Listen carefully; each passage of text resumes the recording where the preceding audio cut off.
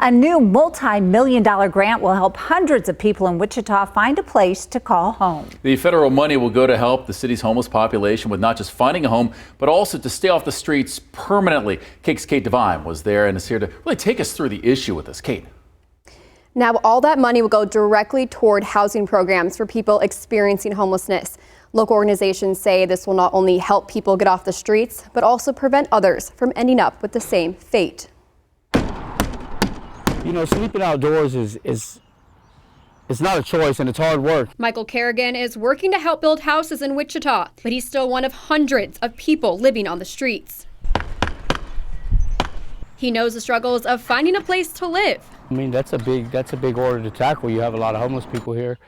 There is programs in place now, but they take a little while to process through.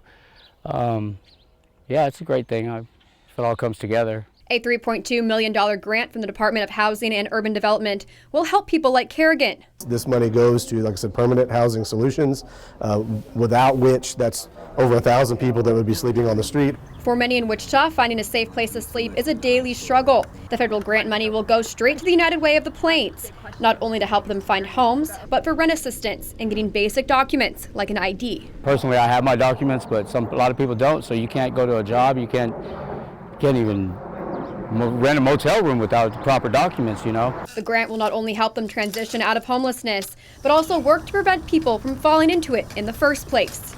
This also provides a solid exit strategy for folks, our guests at the MAC, as they go through the programming at the MAC and they work on their housing plan.